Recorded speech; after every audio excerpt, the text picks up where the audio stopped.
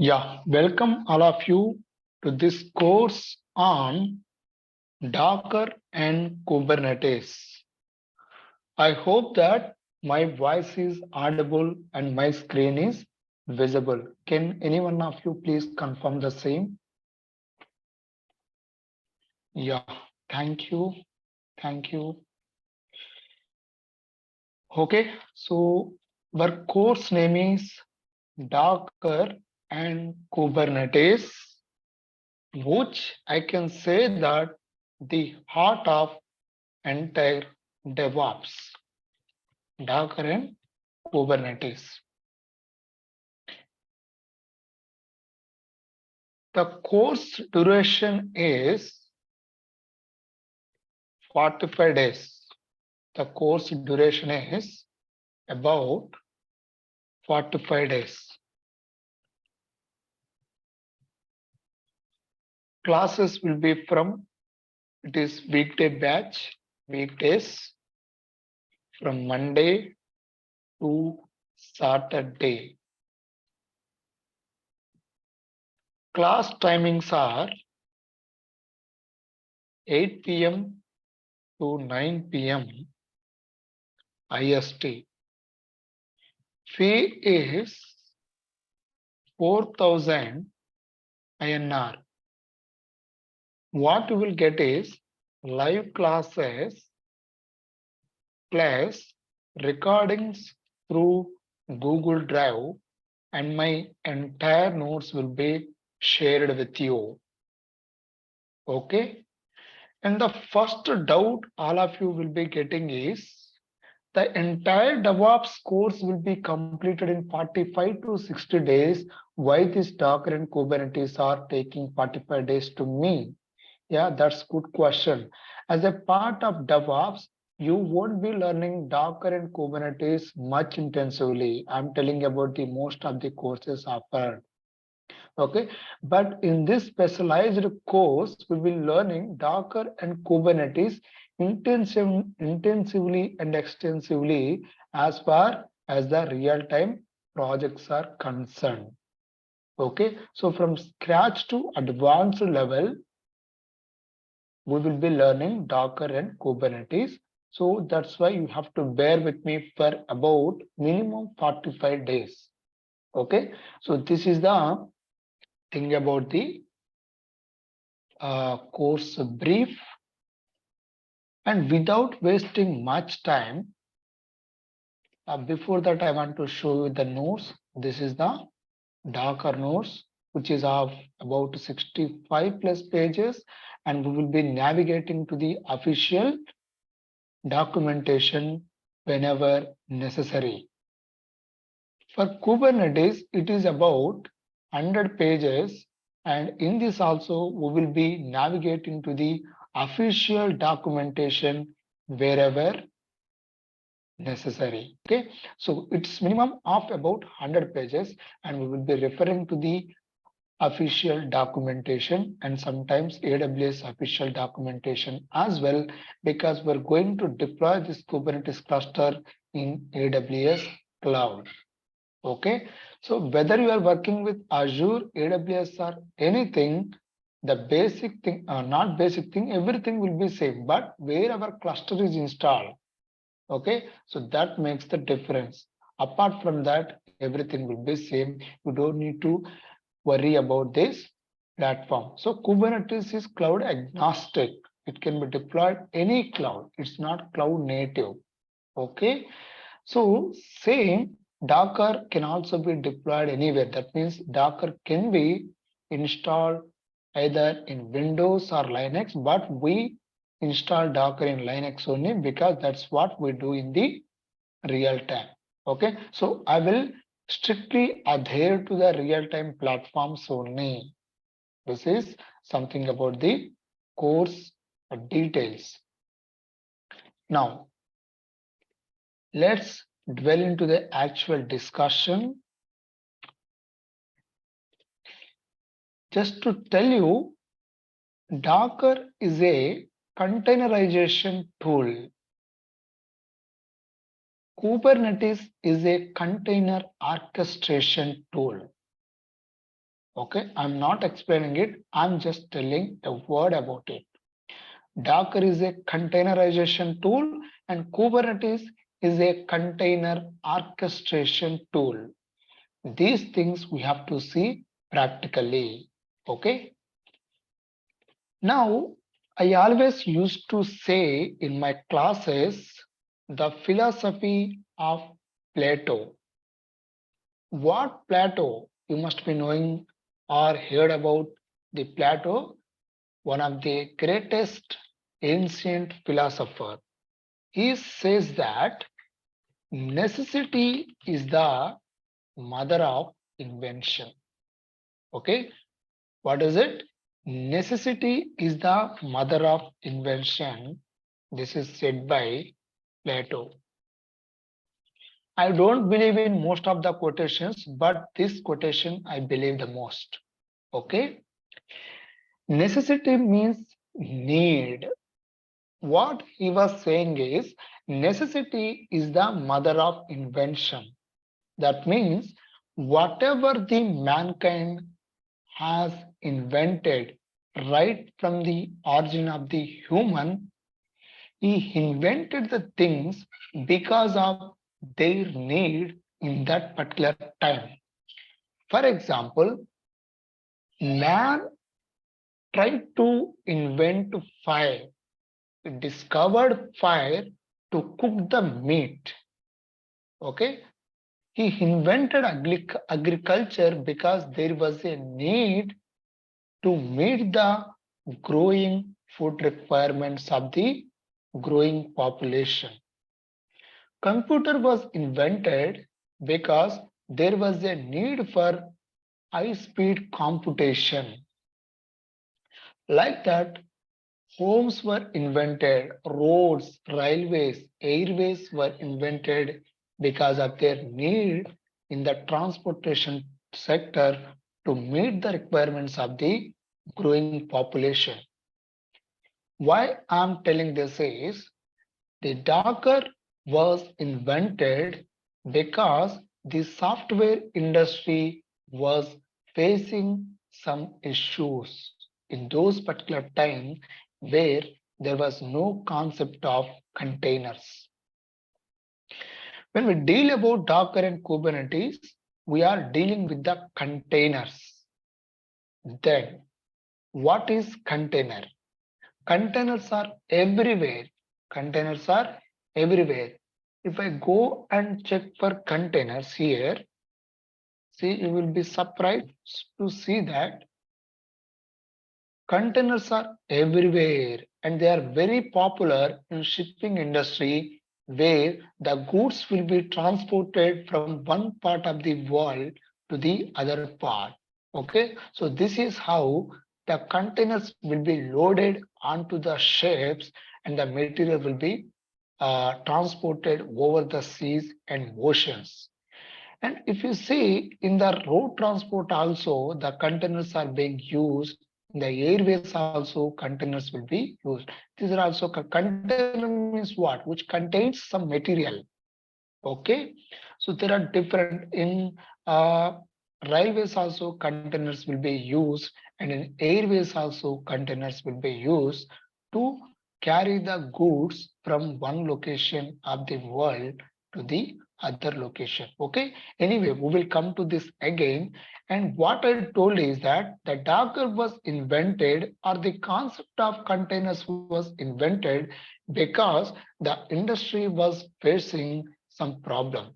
What was the problem? Let's understand it.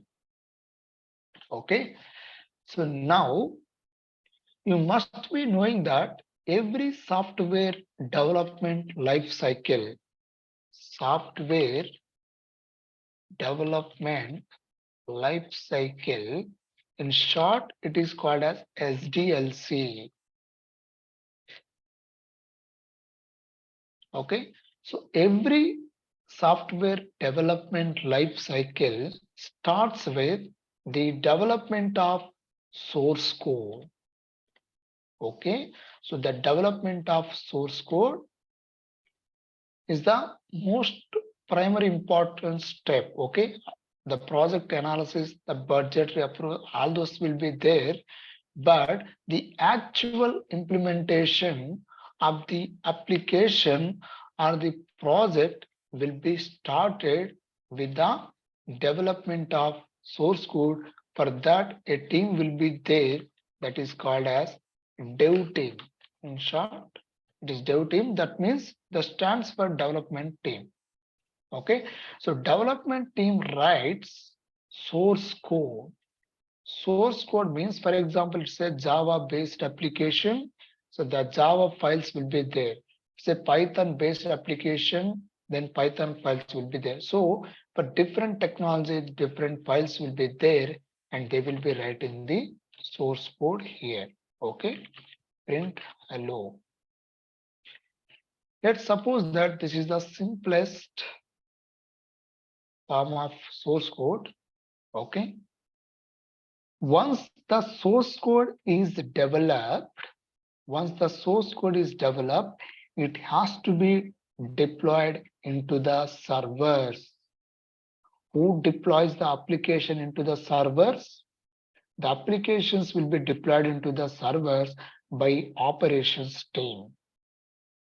Okay, and the application may be deployed either in the on-prem data center or in the cloud. Okay, now that is different thing. Here the development team consists of multiple team members. Okay, so then all these people will write the source code and the source code will be version control.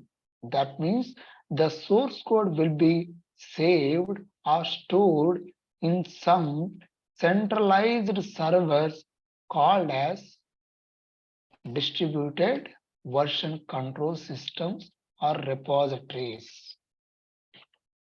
In short, it is called repos. Okay, and the most popular one is GitHub. Some people call it as GitHub and some people call it as GitHub. Everything is fine. And some people call Docker as Docker also. Okay, so depending on their languages, they will call. No worries at all. So the source code will be stored in the central servers. When this developer, let's suppose that this dev team consists of only a single developer for simplicity. To develop this source code, a particular kind of operating system may be needed. I repeat, for example, the developer may be having Windows operating system with him, but the application may demand the Linux environment. In that case, in olden days, not just in olden days, in today also, so I'm bringing the developer machine to here. This is the developer machine. And obviously, it will be having a specific amount of memory and CPU. And let's stick to memory. Okay, let's suppose that this is 32 GB. This hardware is having 32 GB of memory. I'm keeping the disk and the CPU aside for time being. And he has Windows operating system in his machine. This is Windows operating system. And this class is very important, friends. Okay, for all the software engineers, not just for the developers or DevOps engineers, this is very, very important. Okay, he has Windows operating system, but the environment that is needed for the application is Ubuntu. Okay, so Ubuntu is a Linux distribution. So what the companies use to do is they will bring another hardware from the vendor. That means they will purchase another laptop. Okay, let's say about 32 GB again, or it may be lesser or greater than the 32 based need. And because the developer needs the Ubuntu operating system, in this Ubuntu will be installed, and to be more specific, Ubuntu 18.0x, something like that. And this machine will be given to the same developer who is in need of this Ubuntu operating system. And he starts developing the source code. He will install the JDK and other dependencies which are needed for the Java application to be developed. Okay, so he will install all those things.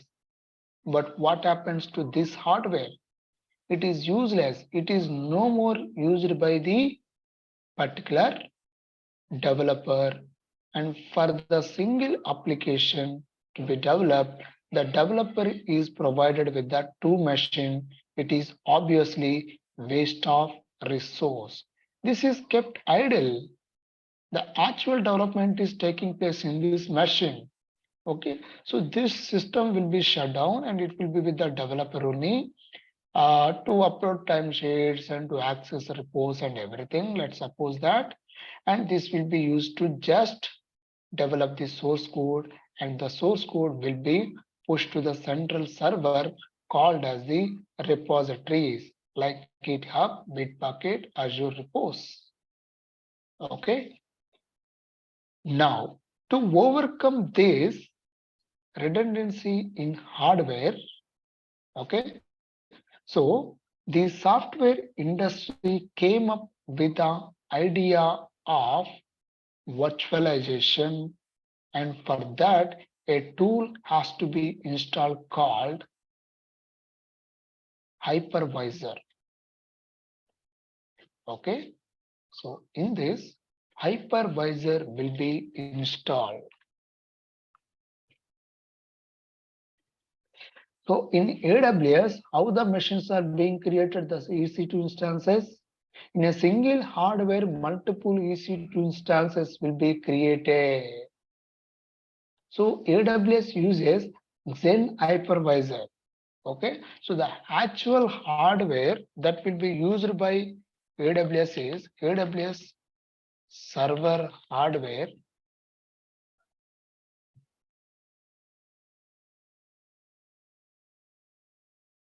Okay, so these are the machines. They will be using Dell or HP, different techno and different kinds of hardware they will be using, and then hypervisor will be installed. So within the same hardware, so I'm not getting that exactly.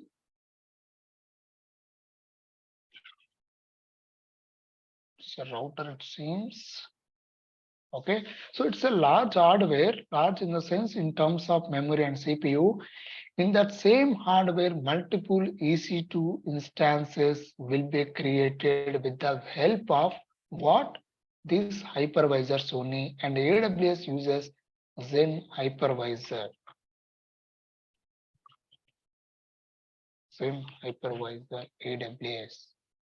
Okay, so that is not, that's a software, we can't say it.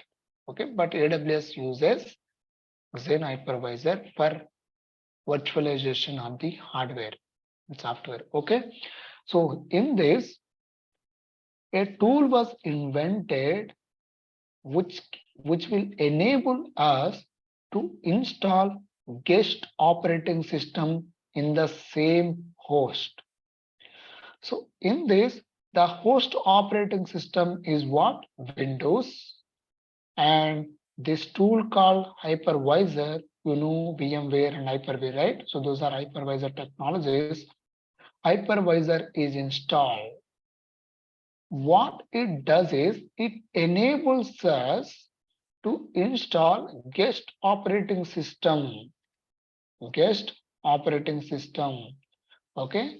So this machine, this guest operating system can be any operating system.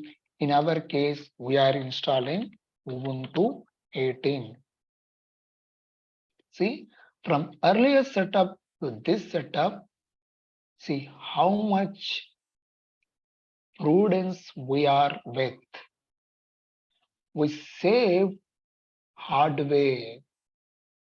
Earlier, before the invention of the hypervisor, we used to purchase two machines for the same developer. But with the advent of hypervisor technology, then the problem was solved and we are utilizing the existing hardware itself. It's a cost saving. And if we buy new hardware, we have to have space for it in office. We should have internet connection for it. We should have cooling system, and we should have separate IT team to manage it. But see, with this, what is achieved? The same Ubuntu operating system we are able to install in the existing hardware with the help of hypervisor. Now the developer doesn't need to carry the two laptops. You can carry only one and you can switch to the Ubuntu operating system whenever necessary. Right? So not just a single machine, he can install multiple operating systems in the same host machine. It can be Mac OS and it can be Ubuntu 22 and it can be Windows as well. So depending on the requirement, it can install as many number of virtual machines as he wants, based and provided that sufficient system resources are available. That means the hardware will be divided across all these virtual machines at the same time with the host machine as well. That means this Windows operating system consumes some amount of memory and hypervisor will consume some amount of memory and remaining will be available for us to install the guest operating systems, and we have to dedicate some amount of resource to this particular virtual machine up front. So that means when we are trying to install it, we have to specify how much of CPU and memory we want to dedicate for this. Let's suppose that the amount of memory that we are allocating for this is 4 GB. Okay, so based on the requirement, we will be allocating for it. Okay, now some advancement took place with the concept of hypervisor. That is fine, happy. Then this is with the developer. This machine is with the developer. Now, what the developer will be doing is, developer will be developing the application A. To develop application A, he needs to install dependencies. For example, if he is trying to develop the Django or Flask application, it needs to install Python and other packages in the machine. Those things I'm calling as dependencies. Okay, so for example, if he wants to develop the Java application, he has to install the JDK, and there are different kinds of JDK version. 8 is there, 11 is there. In Python 2 is there, 3 is there. Okay, so for a single package, different kinds of versions will be there. In the operating systems also, in Ubuntu, we have different kinds of operating systems, or the different versions are there. In Windows also, we have different versions. So like that, different kinds of the dependencies, that means different versions of the dependencies will be there for the particular software. Okay, so now the developer developed the source code and has done some preliminary test in his own machine. Then after that, the source code has to be saved in the central repo, GitHub. What has to be stored? The source code, this part. Okay, it will be built into a package. Okay, that's fine. Later when it is pushed here, that's fine.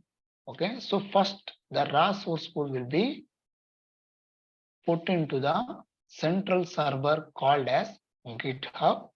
Then it will be built by the build team. So we will be getting artifact.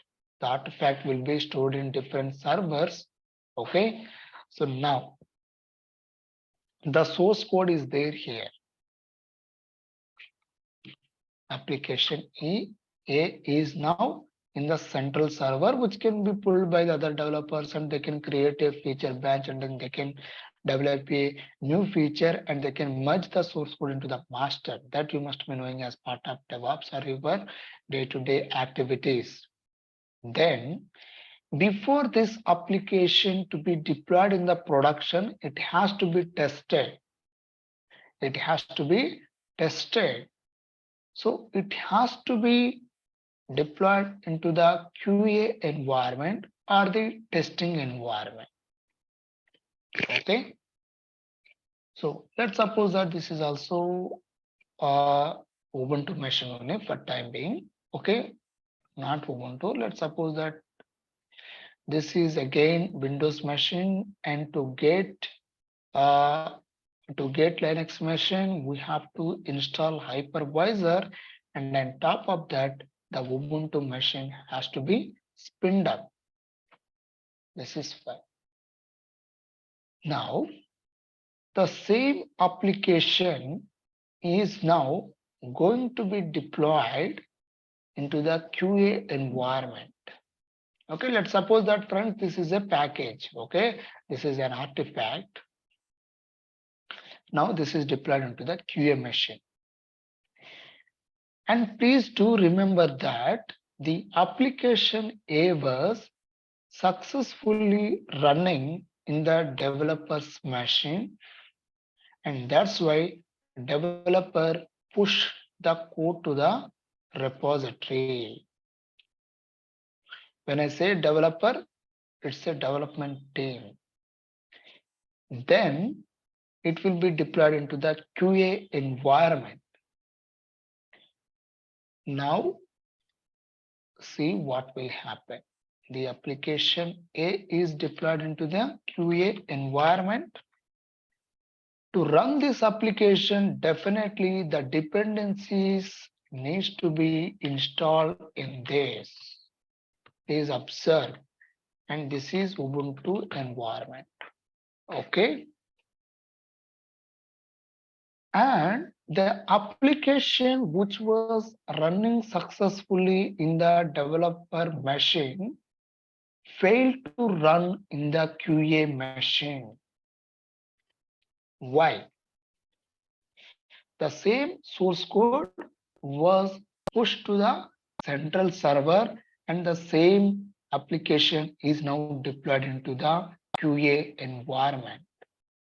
But the application failed to run here. The application failed. What can be the reasons, friends? Any one of you can unmute and tell me. What I'm telling is the application was successfully running in the dev machine, but coming to the QA, the same application is deployed here as well, but it is failed to run here. What can be the reasons?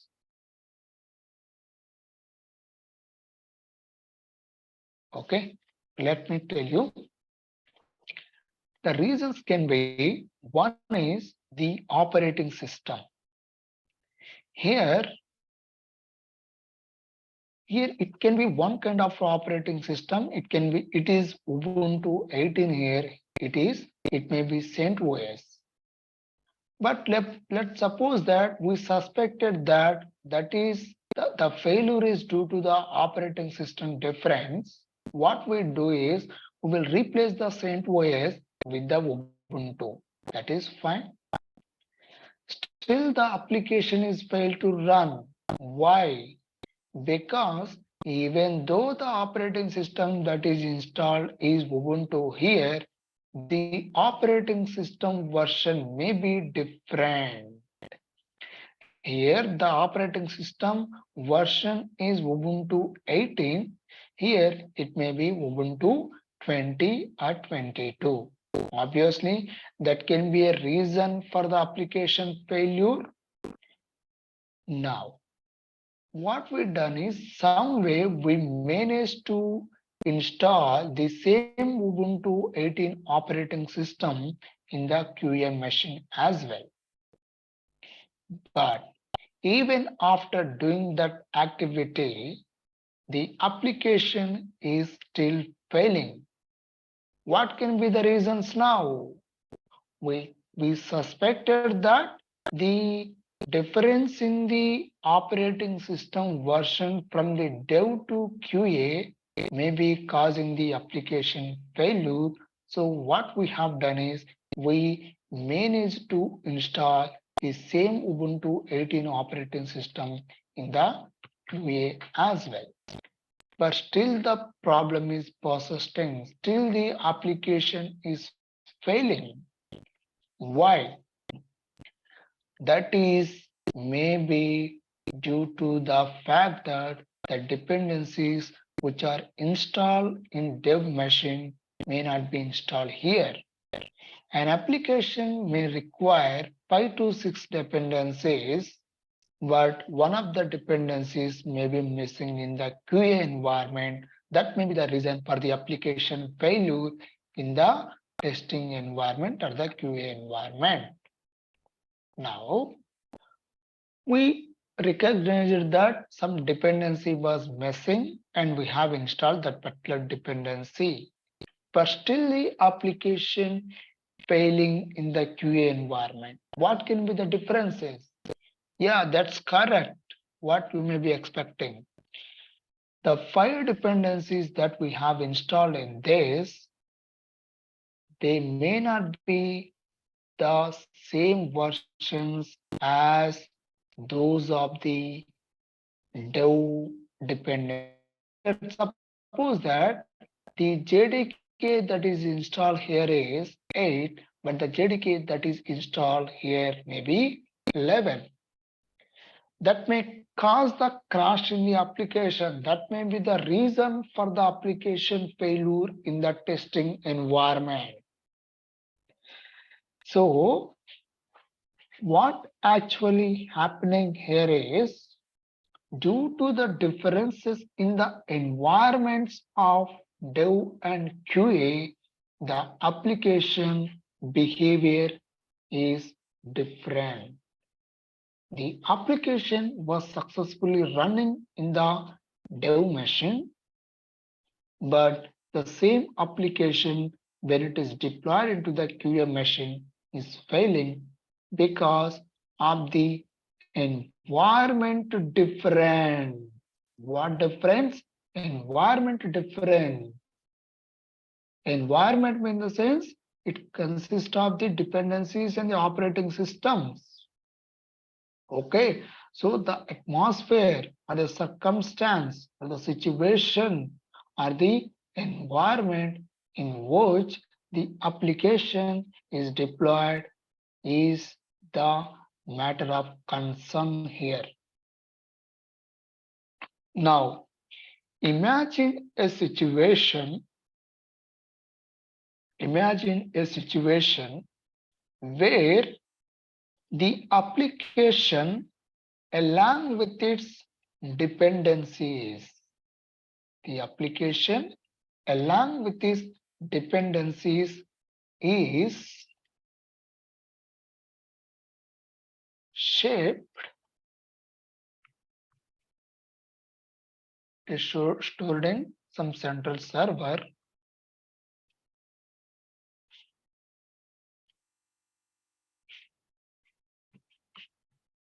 and the same is deployed here.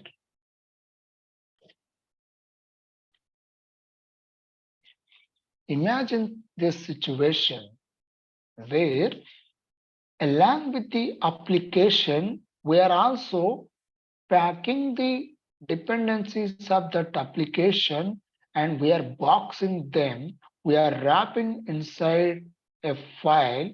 We are wrapping inside we are wrapping or we are combining, we are packaging the application along with its dependencies and we put that into a box and the box is now being shipped from the dev machine to the central server. From there, the same boxes has been deployed into the QA environment. And the box will be running in a particular environment only. If the particular environment for the box is not there, then obviously that won't be running. So we have to install the software which can run this box. And that is uniform. Okay, the software is uniform anyway, everywhere. So this kind of mechanism to deploy the application along with its dependencies from one environment to the other environment is called as containerization. What is it? Containerization. To achieve this, we have a tool called Docker. We have a tool called Docker. And let's continue the discussion here with these boxes called containers. When this QA environment is tested, that means, sorry, my statement was wrong. When the application is tested in the QA environment, the application should be running here also if it is running in the dev machine, because the same box, the same dependencies we are shipping, we don't need to install these dependencies afresh here. Whatever the dependencies that are installed in the dev machine, the same dependencies have been transferred from the dev machines to the QA machine. If it is running here, and that will also be successfully running here, and if this is tested here, the same will be deployed into the production environment, and there also it should be successfully running without any conflict. Because the same box we are deploying, we don't need to install Java here.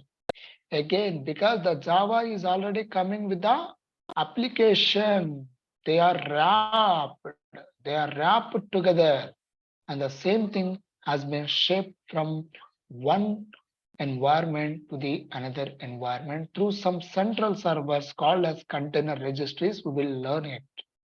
Okay, so this is what the concept of containers is.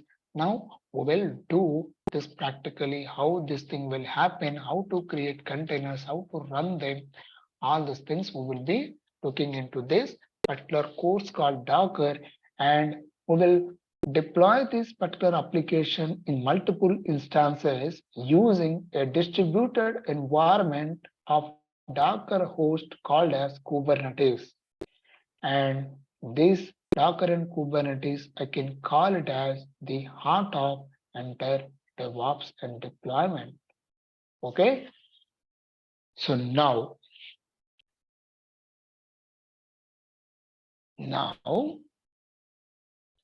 the containers are isolated environments for the applications.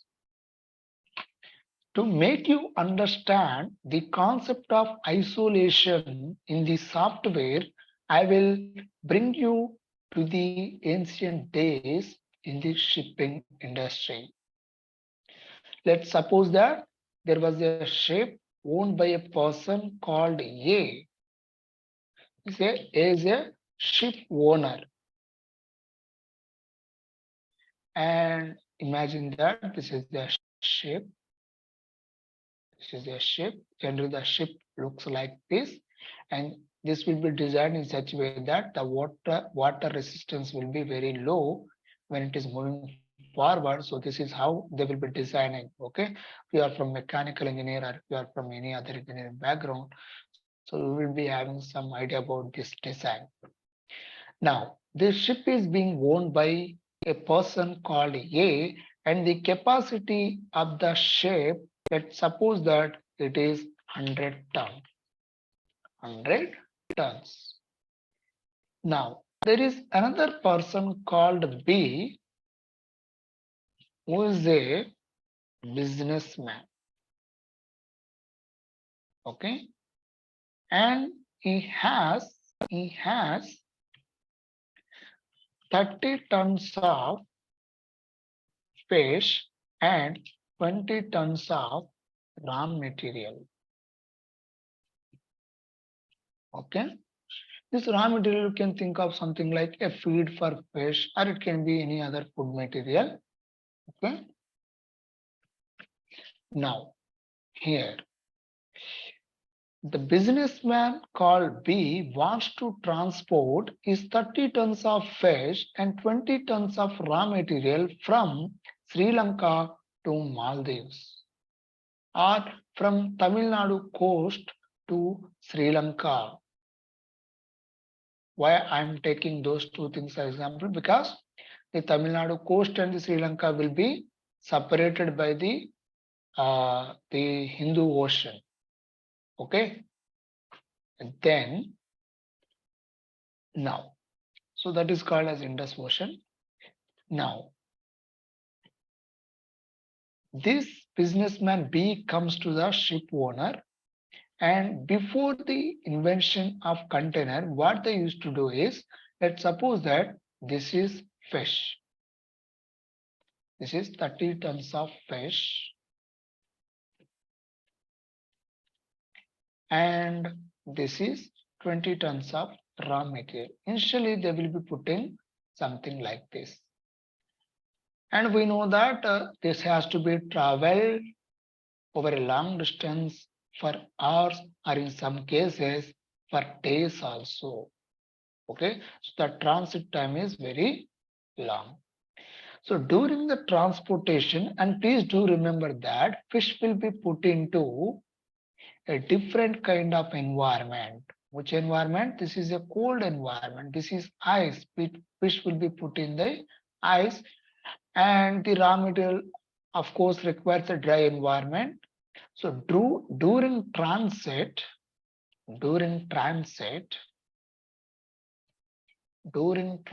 of this ship, what will happen is, when the waves are coming or the journey is not smooth, of course, over the oceans and the seas, the atmosphere is not calm always.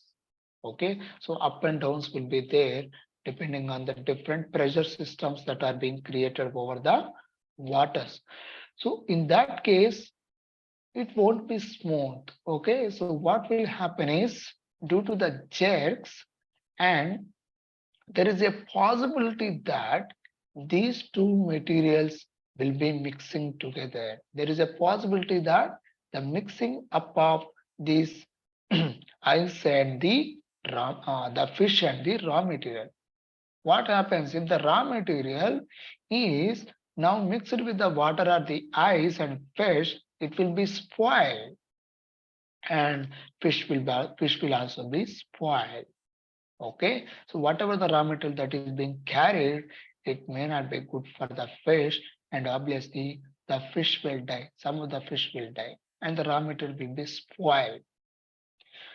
To overcome this problem, the shipping industry came up with the concept of containers. So what they have done is, they have they have manufactured or they made the empty boxes called as containers. There are some iron boxes. Some cases they are wooden boxes, some cases they are nowadays they are all plastic boxes. Okay. So what they have done is they have created, they made the empty boxes with equal size, and let's suppose that the capacity of each box is about 10 tons. 10 tons. Okay, so it can be 1 ton or 10 tons. I don't know how practical this 10 tons is. Okay, we have 10 tons and 1 tons content will also be there depending on the material that is being transported and the depending on the entire capacity of the particular ship.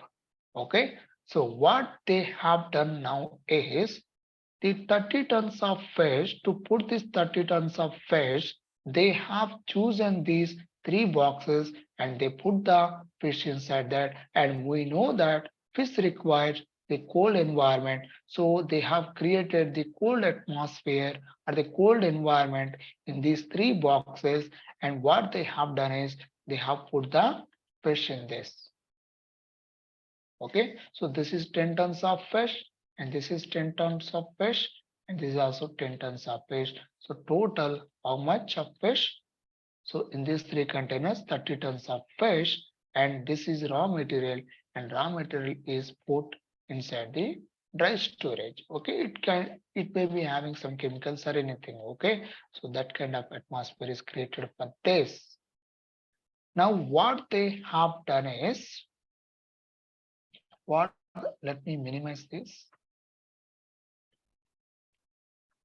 Okay, I will put it somewhere here and I'm creating new ship here. Okay, so now what they have done is they have arranged these boxes, they have loaded the ship with these boxes. These are called as containers. These are called as what? Containers. Now if you observe, even if the ship is broken, even if the water comes into the ship also, there is no problem for this. Of course, if the ship is sank, this container will also be sank. That is different situation. So even if the journey is for long duration, there is no possibility for mixing up of the raw material with the fish. The fish has its own isolated environment and the raw material has its own isolated environment. At the same time, they are using the same system. They are using the same system, the body of the ship. So they are separated or they are isolated in those aspects where they should be isolated, and at the same time they are using the common resource mutually. Okay, so they are separated to the extent they should be separated to avoid the collapse or the spoilage, and at the same time they are together using the same system hardware. Now you can think this as the Python application and this is Java application, and the same Java application is running in the same in 3 instances.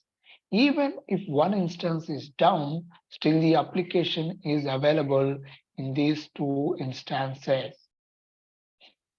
Likewise, if the Python application, the particular Python application is running in the 2 instances and one instance is down, still your application is available in another instance.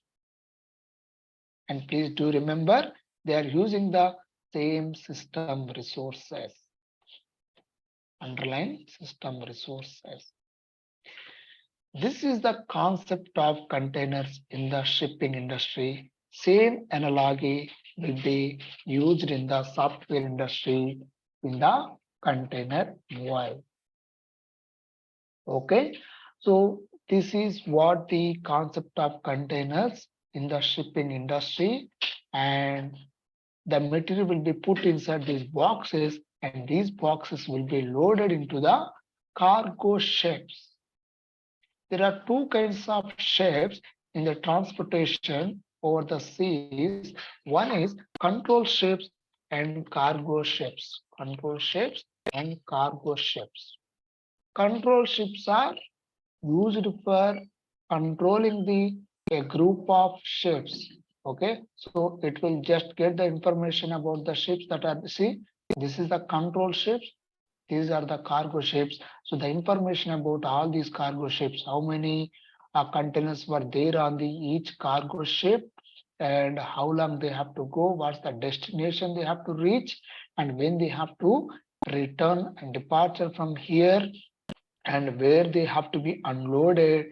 All the information will be there with this particular control ship. Okay, and of course captains will be there on the cargo ship, and masters will be there on the this particular control ship. Okay, so this can be controlled, and control ships are will also be used to load the containers to the cargo ships, which are responsible for transportation of the goods from one location of the world to the other location. Okay, so the same analogy will be used in the Docker, and if you see the Docker logo, see, this is the shape and these are the containers. Okay, these are the applications and this is the Docker engine, and this is Kubernetes, where we will orchestrate the containers, we will play with the containers, we will scale them up, we will scale them down. All those activities we will perform practically. So this is a control ship. Looks like something like, we can go through some videos and get some understanding. Okay, so they will be anchored the coast. Yeah, so the platform we will be using is AWS. If you are comfortable with Azure, you can create the virtual machine in Azure. You can install this AKS in Azure. Very simple. Whether it can be AWS or Azure, 99.9% of the things are same. Where you have installed the tool may be different, but every command will be same, friend. So that's it for today. Let's continue the session tomorrow. And if you see here, this is the, of course, I will explain this tomorrow, because we just have seen what is the concept of containers, and today we will explain this, and we will install Docker time formats in AWS cloud. Okay, so that's it for today, friends. If you have any questions in this class, you can ask me. Otherwise, we can wind up the session. And I want to reiterate these things again. The course details, so Docker and Kubernetes, duration is 45 days. Weekdays, it will be on weekdays. That's from Monday to Saturday, and timings will be from 8 p.m. to 9 p.m. IST. Fee is rupees 4,000 INR. Okay, so this is, friends, I hope that this is affordable for this particular duration, and the tools and Docker and Kubernetes are very, very important for both developers and DevOps. The responsibility to containerize an application lies with the developers these days. Okay, so why the responsibility is given to the developers, we will understand during the course. Okay, because the Docker file has to be written by the developers only. Why only the developers will be able to write the Docker files, we will understand going forward. Okay, so that's it for today, friends. If you have any questions, you can ask me, and we will be getting live classes, recordings, plus material through Google Drive. Yeah. Sir, I have one doubt, sir. Yeah, you can ask me. Sir, for studying this Docker and Kubernetes, we need a AWS account. No, you don't need to have AWS account, but better to have. For example, if you want to install Docker, you can install Docker in your Windows as well. And we I can will use. install. Okay. And we can install in AWS also. You can install in AWS EC2 instance, or you can Okay. install in virtual machine of Azure. Okay. Okay. Yeah. You will teach us, no, sir, how to install all these Yeah, things. how to install Docker. I will teach you. Definitely, that's part of Docker, and I will tell you how to create EC2 instance and how to install this particular Docker in that EC2 instance. Okay. Okay. Okay. Okay, sir. Yeah. I will also teach you how to install this Elastic Kubernetes service in AWS. Okay. For that, I have also put the screenshots also. Okay. The step-by-step process also I have given in the notes. Same we will be following. Yeah, somebody is asking how long videos are available. I'm not sure, but minimum of 6 months to 1 year, I think. I think it's 6 months. Please check that with the institute people. It's not less than 6 months. Okay, it's at least 6 months. They will be giving access to you. Okay. Hi, Laxman. Yeah, who is Is he? there Maridu. Where are you from? I'm from Cincinnati, Ohio. Didn't get you. I'm from USA. I You are joined from? from USA. You are joined from US. Your good name? Jamadagni. Okay, you are from Telugu states, right? Yeah. Vijayawada. Okay, okay. You're from Jdbc. Okay, okay. Yeah, please do tell me. Can you tell me? Sure. You want to ask some question? Yeah, actually, this videos, right? So you said 6 months available, right, Laxman? So, okay. Yeah, if I I'm miss any not class, aware of it, but I think it's 6 months only. But 6 months is more than enough, right? How long you want to watch them? yeah, because Yeah, 6 months that's initial. yeah, Yeah, 6 months. yeah, that should be fine. Okay, okay. I think on your request, they may be extending it further also. I'm not sure, but they will be doing for sure. Okay, Yeah. sure. Nikhil, you joined this class also. Great man. Hi, Laxman. Yeah. Yeah, actually, I asked one clarification to connect to AWS from the previous batch. So after this session, can we connect and fix that? Yeah, Laxman? sure. So you were able to connect to that, right? We have resolved, I think. I think you forgot that key, that PIM key. What was done is, I think you have deleted that PIM key. Am I right, Priya? What, Laxman? You are telling about that PIM key, right? Whichever you have lost that. Yeah, Okay. issue I faced in connecting to AWS. Yeah. Okay. Okay, friends, the new people, that's it for today. If you want to leave, you can leave. Okay, hi, we will Laxman. I have connect one tomorrow. question. Yeah, please. Sir, what are the prerequisites of this course? I mean, do we require any information? I mean, any knowledge Yeah, of very DevOps? important question you have asked that I should tell you. So the prerequisite for this, nothing. You don't need to have anything. You should have some basic, it's better to have some basic Linux knowledge. That's also fine. Whatever the commands that we are using, we will explain. However, these are Docker and Kubernetes commands only, but one or two basic Linux commands we will be using. Anyway, I will tell them what are their use. Okay, don't have any prerequisite knowledge for this. So we don't require any admin or DevOps knowledge, right? No, not required. Not at all required. Okay. Yeah. So if we learn this course, so we can use any of the cloud, right? Whether it is Yeah, AWS. any of the cloud. Yes. Any of the cloud. Okay. Okay. Yeah.